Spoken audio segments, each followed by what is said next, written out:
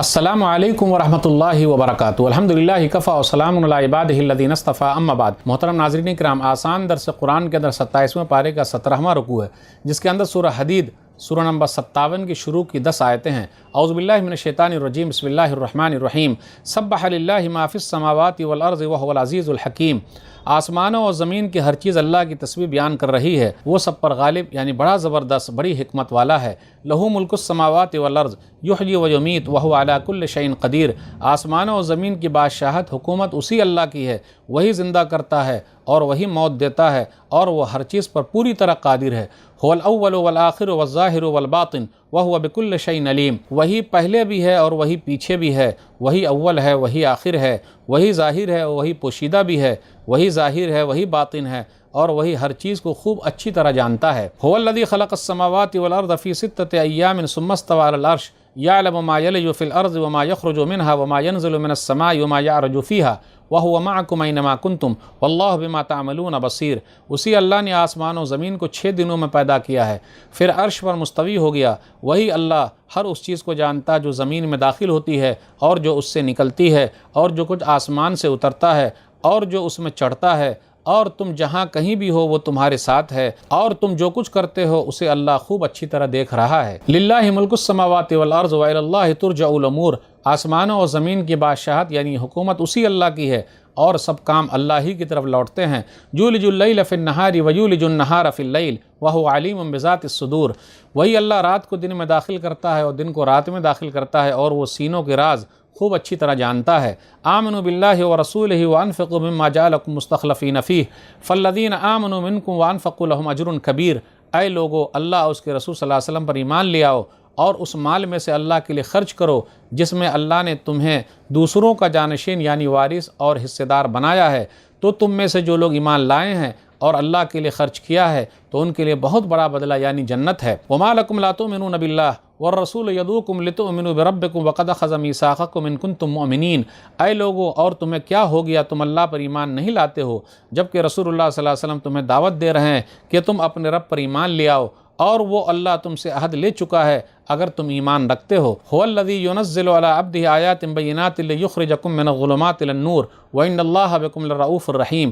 وہی اللہ اپنے بندوں پر کھلی کھلی آیتیں اتارتا ہے تاکہ تمہیں اندھیروں سے نکال کر روشنی یعنی اسلام میں لے آئے، اور بے شک اللہ تم پر بڑا مہربان، بہت ہی شفقت والا، بہت نرمی والا، بہت رحم والا ہے۔ وما لکم الا تنفقوا فی سبیل اللہ وللہ میراث السماوات والارض لا یستوی منکم من انفق من قبل الفتح وقاتل اولئک اعظم درجۃ من الذین انفقوا من بعد وقاتلوا وکلا وعد اللہ الحسنى واللہ بما تعملون خبیر۔ اور اے لوگو، تمہیں کیا ہو گیا، تم اللہ کے راستے میں خرچ کیوں نہیں کرتے ہو جبکہ آسمانوں و زمین کی ساری میراث صرف اسی اللہ کے لیے ہے؟ تم میں سے کوئی اس کے برابر نہیں ہو سکتا جس نے فتح مکہ سے پہلے خرچ کیا اور جہاد کیا۔ وہ لوگ درجے میں ان سے زیادہ اونچے ہیں جنہوں نے فتح مکہ کے بعد خرچ کیا اور جہاد کیا، اور اللہ نے ہر ایک سے جنت کا وعدہ کر رکھا ہے، اور تم جو کچھ کرتے ہو اللہ اس کی پوری خبر رکھتا ہے۔ ناظرین کرام، آسان درس قرآن کے اندر 27ویں پارے کا 17واں رکوع ہے، جس کے اندر 10 آیتیں ہیں۔ سورہ حدید سورہ نمبر 57 میں۔ سورہ حدید، حدید کا معنی لوہا، یہ مدنی سورہ ہے۔ اس کا ذکر حدید کا آیت نمبر 25 میں آیا ہے۔ اس کے اندر 29 آیتیں ہیں اور 4 رکوع ہیں۔ ہجرت کے بعد مدینہ اور اس کے آس پاس اترنے والی صورت مدنی ہے۔ مفسرین کہتے ہیں کہ اس صورت کا مرکزی مضمون اللہ کے راستے میں خرچ کرنا ہے، اس لیے کئی آیتوں میں اللہ نے اللہ کے راستے میں خرچ کرنے پر ابھارا ہے۔ خرچ کرنے کی بڑی اہمیت ہے اور فضیلت ہے، اور اس کی اہمیت اور فضیلت بیان کی گئی ہے۔ سورہ حدید کا خلاصہ، سورہ حدید کے شروع میں ہے کہ اللہ کی تسبیح آسمان و زمین میں ہے۔ آسمان و زمین میں اسی اللہ کی بادشاہی ہے، وہی زندہ کرتا ہے، وہی مارتا ہے، وہی اول ہے، وہی آخر ہے، وہی ظاہر ہے، وہی باطن ہے۔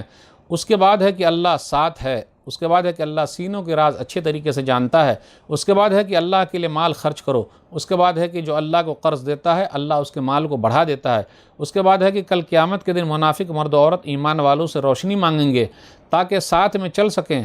اس کے بعد ہے کہ کیا اب بھی وقت نہیں آیا کہ لوگوں کے دل اللہ کی یاد سے نرم پڑ جائیں۔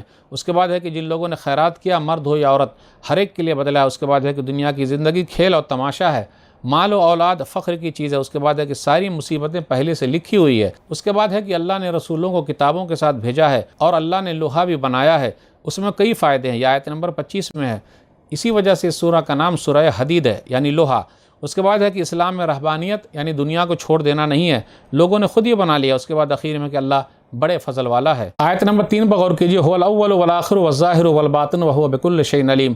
وہی پہلے بھی ہے، وہی پیچھے بھی ہے، وہی اول ہے، وہی آخر ہے، وہی ظاہر ہے، وہی باطن ہے، اور وہ ہر چیز کا جاننے والا ہے۔ آخر اس کا معنی کیا ہے؟ وہی اول ہے سے مراد آسمان و زمین کے ہر موجود سے پہلے تھا، اسی نے ہر چیز کو ایجاد کیا ہے۔ وہی آخر ہے سے مراد جب ہر چیز ختم ہو جائے گی، فنا ہو جائے گی، تو صرف اللہ کی ذات باقی رہ جائے گی۔ وہی ظاہر ہے سے مراد وہ ہر چیز کے اوپر ہے، کوئی چیز اس کے اوپر نہیں ہے، اور نشانیوں کے ذریعے اس کا وجود بالکل ظاہر ہے۔ وہی باطن ہے سے مراد اس اللہ کی ذات انسانوں کی آنکھوں سے اور عقلوں سے بھی چھپی ہوئی ہے، کوئی اس سے زیادہ پوشیدہ نہیں ہے، کوئی اس کی ذات کے راز کو نہیں پا سکتا، اور وہ ہر چیز کے بھید سے واقف ہے۔ پھر آگے غور کیجئے، آیت نمبر 4 کے اندر آیا هو الذی خلق السماوات والارض فی 6 ایام ثم استوى علی العرش، کہ آسمان و زمین کو 6 دنوں میں پیدا کیا اور عرش پر مستوی ہو گیا۔ اللہ عرش پر ہے، جیسا اللہ کے لیے لائق ہے، نہ اس کا انکار کیا جا سکتا ہے، نہ اسے تشبیہ دی جا سکتی ہے، نہ اس کی کیفیت بیان کی جا سکتی ہے۔ عرش کی صفت یہ ہے کہ وہ آسمان و زمین اور ان کے درمیان اور اوپر کی ہر چیز پر محیط ہے، ہر چیز کو گھیرے ہوئے ہے۔ جس نے اللہ کو مخلوق کے ساتھ تشبیہ دیا وہ کافر ہے، اور جس نے کسی ایسی صفت کا انکار کیا جو اللہ نے بیان کیا وہ بھی کافر ہے۔ اللہ کے تمام صفات اسی طریقے سے ثابت ہے جس طرح اس کی ذات کے لائق ہے، اور اس کی ذات تمام عیبوں سے پاک ہے۔ وَهُوَ مَعَكُمْ أَيْنَمَا كُنْتُمْ، اللہ اپنے بندوں کے ساتھ ہے۔ اس کا مطلب کیا ہے؟ اللہ عرش پر ہے اور سب کے ساتھ ہے، جیسا اللہ کے لیے لائق ہے۔ علامہ ابن تیمیہ رحمہ اللہ نے اپنی کتاب شرح حدیث النزول میں لکھا کہ سورہ حدید اور سورہ مجادلہ میں معیت ساتھ کا معنی ہے اللہ اپنے بندوں کے ساتھ اپنے علم کے ذریعے ہے، اللہ عرش پر ہے اور اس کا علم اس کے ساتھ ہے۔ ایک چیز پر غور کیجیے، یعلم ما یلج فی الارض وما یخرج، جو چیز زمین میں جاتی ہے، کیا مطلب؟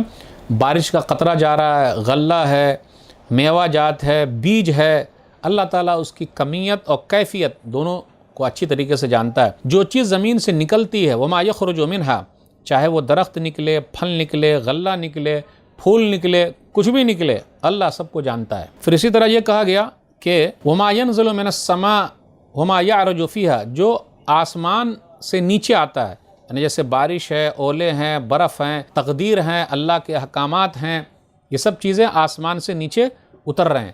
پھر اسی طرح جو چیز چڑھتی ہے، جو چیز آسمان کی طرف چڑھتی ہے، مطلب فرشتے عمل لے کر چڑھتے ہیں۔ صحیح مسلم کتاب المساجد حدیث نمبر 632، یتعاقبون فیکم ملائکۃ باللیل وملائکۃ بالنہار ویجتمعون فی صلاۃ الفجر وصلاۃ العصر ثم یعرج الذین باتوا فیکم فیسألہم ربہم وہو عالم بہم کیف ترکتم عبادی فیقولون ترکناہم وہم یصلون وآتیناہم وہم یصلون۔ نبی صلی اللہ علیہ وسلم نے فرمایا، رات کے فرشتے، دن کے فرشتے ایک دوسرے کے آگے پیچھے تمہارے ساتھ آتے جاتے رہتے ہیں، اور وہ فجر کے وقت اور عصر کے وقت مل لیتے ہیں۔ جو فرشتے تمہارے ساتھ رات گزارے تھے وہ آسمان پہ جاتے ہیں، رب ان سے پوچھتا ہے، وہ زیادہ جانتا ہے، میرے بندوں کو کیسے چھوڑا؟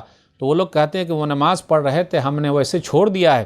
پھر جب ہم کل عصر کے وقت تھے، اسی حالت میں ہم نے پایا کہ وہ لوگ نماز پڑھ رہے تھے۔ خرچ کرنے پر ابھارا جا رہا ہے۔ آیت نمبر 7 میں وَأَنفِقُوا مِمَّا جَعَلَكُم مُسْتَخْلَفِينَ فِيهِ، کہ تم لوگ خرچ کرو ان مالوں میں سے جن کا وارث ہم نے تم کو بنایا ہے۔ مال کسی اور کے ہاتھ میں تھا، اب ہمارے ہاتھ میں ہے، اللہ ہم سے لے لے گا، دوسرے کے ہاتھ میں دے دے گا، اس لیے مال خرچ کرو، جبکہ مال اللہ کا ہے۔ مال میں ہمارا حصہ کتنا ہے؟ صحیح مسلم کتاب الزہد حدیث نمبر 2959، یقول العبد مالی مالی انما له من مالی ثلاث ما اکل فابنا او لبس فابلا او آتا فقتنا وما سوا ذلك فهو ذاهب وتاركه للناس۔ بندہ کہتا ہے میرا مال میرا مال، جبکہ مال میں سے 3 ہی حصہ، جو کھا لیا، جو پہن لیا، جو کسی کو دے دیا، اس کے سوا دوسروں کے لیے ہے جو چلا جائے گا۔ آیت نمبر 10 پہ ابھارا جا رہا ہے وَمَا لَكُمْ أَلَّا تُنْفِقُوا فِي سَبِيلِ اللَّهِ، تمہیں کیا ہو گیا، تم اللہ کے راستے میں خرچ کیوں نہیں کرتے ہو؟ آگے بیان کیا جا رہا ہے لَا يَسْتَوِي مِنْكُمْ مَنْ أَنْفَقَ مِنْ قَبْلِ الْفَتْحِ وَقَاتَلَ، فتح مکہ سے پہلے جس نے خرچ کیا اور جہاد فی سبیل اللہ کیا، درجہ ان کا بڑا ہے۔ اس کے بعد جو لوگ اسلام کے اندر آئے اس درجے کو نہیں پہنچ سکتے، لیکن سب کے لیے جنت ہے۔